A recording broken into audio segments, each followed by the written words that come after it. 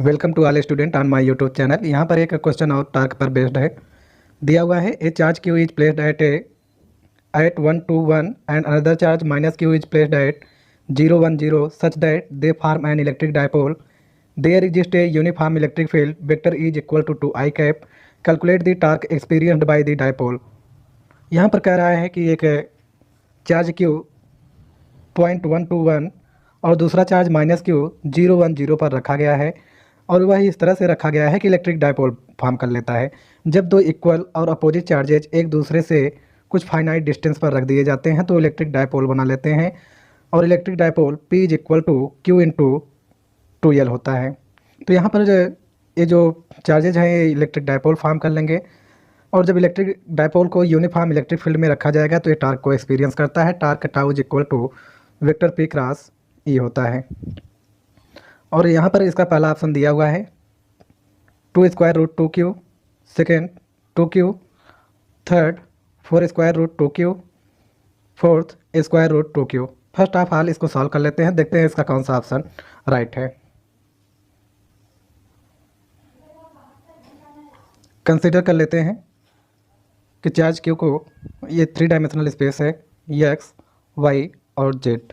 यहाँ पर charge Q यहाँ पर रख दिया गया है प्लस क्यू, इसका कोऑर्डिनेट 1 0 1 और दूसरा चार्ज माइनस क्यू 1 2 1 कोऑर्डिनेट पर रखा गया है। अब सबसे पहले हम इसको वेक्टर फॉर्म में कन्वर्ट कर लेंगे। वेक्टर फॉर्म में कन्वर्ट करेंगे तो यहाँ पर देखिए इस वाले चार्ज क्यू का इस चार्ज क्यू का पोजीशन वेक्टर r1 कह देते हैं और यहाँ पर जो इसका स्केलर कोऑर्डिनेट दिया हुआ है इसमें एक्स एक्सिस वाई एक्सिस और जेड एक्सिस के ऑर्थोगोनल यूनिट वेक्टर से मल्टीप्लाई कर देंगे तो ये वेक्टर फॉर्म में कन्वर्ट हो जाएगा। तो इस तरह से vector r1 is equal to 0 I cap, फिर 1 में जे कैप अटैच कर देंगे, फिर 0 में के कैप लगा देंगे। तो इस तरह से vector r1 is equal to 0 I cap 0 J cap plus 0 K cap plus Q charge का पोजीशन वेक्टर हो जाएगा। सिमिलरली यहाँ पर जो माइनस क्यू चार्ज दिया हुआ है और इसका कोऑर्डिनेट 1 2 1 है, इसमें orthogonal unit vector I cap J cap और के कैप का मल्टीप्लाई कर देंगे तो माइनस क्यू चार्ज का पोजीशन वेक्टर r2 हमें पता चल जाएगा। तो vector r2 is equal to 1 I cap 2 J cap plus 1 K cap हो जाएगा। और यहाँ पर जो इलेक्ट्रिक डायपोल बन रहा है, जब हम इलेक्ट्रिक डायपोल फाइंड करेंगे तो P इज इक्वल टू कितना होता है Q इंटू 2L, जहाँ पर 2L क्या होता है दोनों चार्जेज के बीच डिस्टेंस होता है। तो दोनों चार्जेज के बीच डिस्टेंस यहाँ पर वेक्टर 2L कंसीडर किया हुआ है। सबसे पहले इसकी वैल्यू हम लोगों को फाइंड आउट करनी है। तो इसकी वैल्यू कैसे फाइंड आउट करेंगे, यहाँ पर वेक्टर r1 और 2L एक डायरेक्शन में है और r2 जो है अपोजिट डायरेक्शन में है। तो अगर हम यहाँ से चलें पॉइंट 0 से चलें तो r1 2L एक डायरेक्शन में हो जाएंगे तो r1 प्लस वेक्टर 2L और यहाँ से अब देखिए यहाँ वेक्टर r2 के अपोजिट डायरेक्शन में आ रहे हैं, इस डायरेक्शन में आ रहे हैं। तो इस केस में क्या हो जाएगा, वेक्टर r2 माइनस हो जाएगा तो हो जाएगा r1 प्लस 2L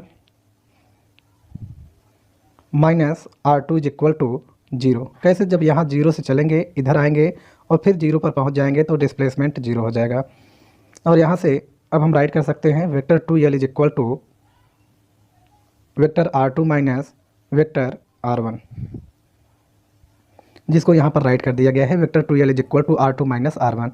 अब सबसे पहले क्या करेंगे, वेक्टर r2 माइनस r1 की वैल्यू यहाँ पर ले आकर के पुट कर देंगे जिससे दोनों चार्जेज के बीच डिस्टेंस 2L हमें पता चल जाए। तो 2L is equal to r2 की वैल्यू कितना है आई cap plus 2 J cap plus 1 K cap और r1 की value 0 I cap plus 1 J cap plus 0 K cap. I cap से आई कैप में जे कैप में और के कैप में ऐड होगा। तो यहाँ पर देखिए बीच में माइनस साइन लगा हुआ है तो अंदर मल्टीप्लाई कर देंगे माइनस साइन का तो आ जाएगा minus 0 I cap minus 0 J cap minus 0 K cap.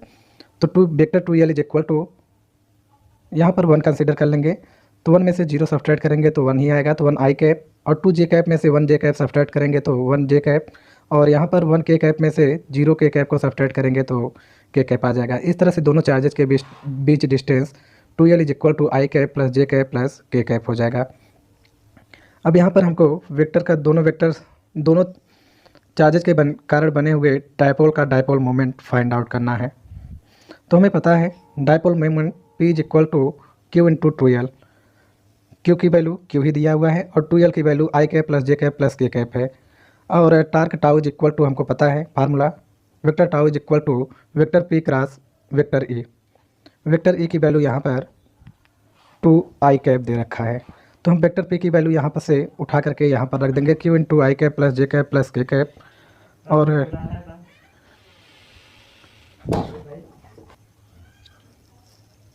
Vector P की वैल्यू यहाँ पर हो जाएगा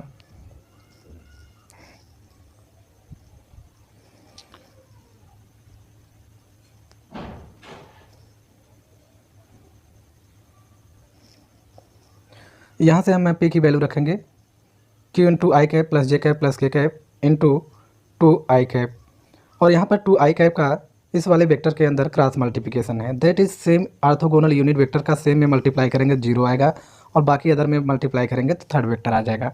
तो जब टू आई कैप का आई कैप में मल्टीप्लाई करेंगे तो यहाँ पर जीरो राइट कर दिया है, और जे कैप का टू आई कैप में मल्टीप्लाई कर दिया है यहाँ पर, और इसी तरीके से के कैप का टू आई कैप में मल्टीप्लाई कर देंगे, तो टू को पहले कर लिया है, के कैप क्रॉस आई कैप हो जाएगा। अब यहाँ पर जीरो का कोई मतलब नहीं है तो उसको हटा दिया जाएगा। जे कैप क्रॉस टू आई कैप, जब जे कैप में टू आई कैप का मल्टीप्लाई करेंगे तो टू को पहले कर दिया है, और j cap cross i cap तो माइनस के कैप आ जाएगा, और यहाँ पर माइनस टू जे कैप आ जाएगा। कैसे, यहाँ पर देखिए एक्स एक्सिस के डायरेक्शन में आई कैप, यहाँ पर जे कैप और यहाँ पर के कैप। जब हम एंटी क्लॉकवाइज डायरेक्शन में चलेंगे तो आई कैप का मल्टीप्लाई जे कैप में करेंगे तो के कैप आता है, और के कैप का मल्टीप्लाई आई कैप में करेंगे तो जे कैप आएगा। लेकिन यहाँ पर देखिए रिवर्स है, जे कैप का मल्टीप्लाई आई कैप में, तो जे कैप का मल्टीप्लाई जब आई कैप में करेंगे तो जे कैप का मल्टीप्लाई आई कैप में करने पर तो यहाँ पर ये वैल्यू क्या होगा, रिवर्स हो जाएगा। जे कैप क्रॉस आई कैप तो minus k cap, clockwise direction में वैल्यू क्या लिया जाएगा, निगेटिव लिया जाएगा, तो माइनस टू के cap minus two j cap आ जाएगा। बट यहाँ पर हमको मैग्नीट्यूड फाइंड करना है, तो दोनों साइड हम मैग्नीट्यूड निकालेंगे तो क्यों बाहर हो जाएगा। यहाँ पर के कैप का कोएफिशिएंट का स्क्वायर माइनस टू का स्क्वायर हो जाएगा, जे कैप के कोएफिशिएंट का square minus two square, two का स्क्वायर करेंगे तो फोर, और यहाँ पर भी इसका स्क्वायर करेंगे तो कितना हो जाएगा, फोर हो जाएगा।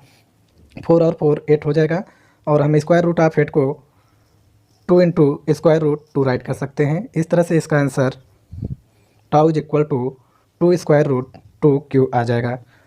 तो इसका आंसर कितना होगा, two square root two into small q, और इसका यूनिट न्यूटन इंटू मीटर। देखते हैं इसका कौन सा ऑप्शन राइट है। इस तरह से इसका नाम option number first two square root two q newton into meter right answer है। Thanks for watching.